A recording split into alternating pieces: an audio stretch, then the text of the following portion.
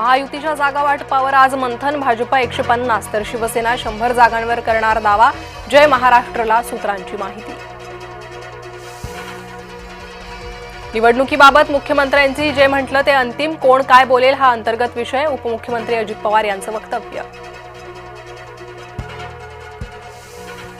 महाराष्ट्रातील 29 पालिका निवडणुकीचं बिगुल वाजलं. 15 जानेवारीला निवडणूक, 16 जानेवारीला मतमोजणी. सोमवारपासून आचारसंहिता लागू. चांगला खान सोबत घ्यायला हरकत काय? अंबादास दानवेंचा सवाल. मतांसाठी ठाकरेंची खानासमोर लाचारी. भाजपचा ठाकरेंना टोमणा. रडत रडत निवडणूक लढू नका. भाजपनं ठाकरेंना लगावला टोमणा. आयोगाला इतकी घाई कशाला? मतदार यादीवरील आक्षेप अनंतात विलीन झाले. निवडणुकांच्या घोषणेवर मनसेची प्रतिक्रिया. मतदार यादीतील घोळावरून मनसे आक्रमक. संतप्त मनसैनिकांनी ठाणे निवडणूक आयोगाच्या कार्यालयातील संगणक फोडले. ठाण्यातील 149 मतदारसंघाबाबत मनसे न्यायालयात जाणार. मुंबईला वाचवणारी महायुतीच धुरंधर. उपमुख्यमंत्री शिंदेंचं वक्तव्य. धुरंधर धर कुठे गेला माहीत नाही. एकनाथ शिंदेंच्या टीकेवर आदित्य ठाकरेंचा पलटवार.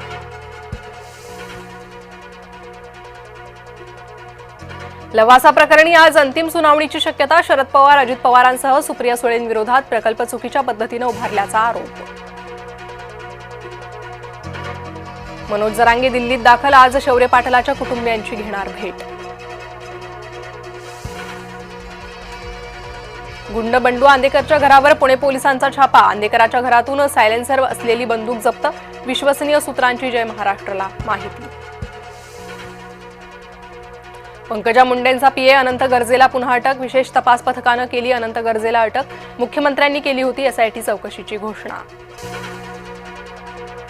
अभिषेक यांच्या हत्या प्रकरणात मला लवकर न्याय मिळेल. भाजप प्रवेशावेळी तेजस्वी घोसाळकरांचं वक्तव्य.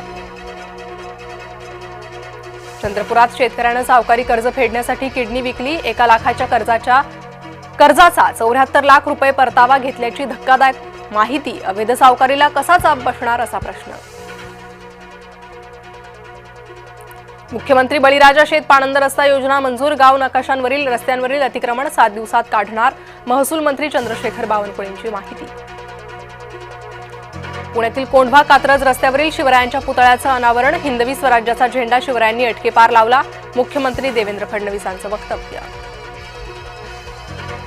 नवी मुंबई विमानतळावर 4थे टर्मिनल उभारण्याचा प्रस्ताव. आणखी एक रनवे बांधण्याच्या शक्यतेचा अभ्यास. सिडकोकडून सल्लागार नियुक्तीची प्रक्रिया सुरू. लिओनेल मेस्सीचा भारत दौरा आटोपला. अरुण जेटली स्टेडियमवर चाहत्यांकडून जंगी स्वागत. राजधानी नवी दिल्लीला प्रदूषणाचा फटका. खबरदारीचा उपाय म्हणून 1ली ते 5वीच्या शाळा आता ऑनलाईन भरणार. पंतप्रधान मोदींच्या दौऱ्याचा दुसरा दिवस. जॉर्डन, इथिओपिया आणि ओमानमध्ये द्विपक्षीय संबंध वाढवण्याचा प्रयत्न. राहुल गांधी जर्मनीच्या दौऱ्यावर. संसदेच्या अधिवेशन काळात परदेश दौऱ्यावर भाजपाची टीका. बिहारचे मुख्यमंत्री नितीश कुमार यांची कृती पुन्हा वादात. महिला डॉक्टरचा हिजाब काढण्याचा प्रयत्न.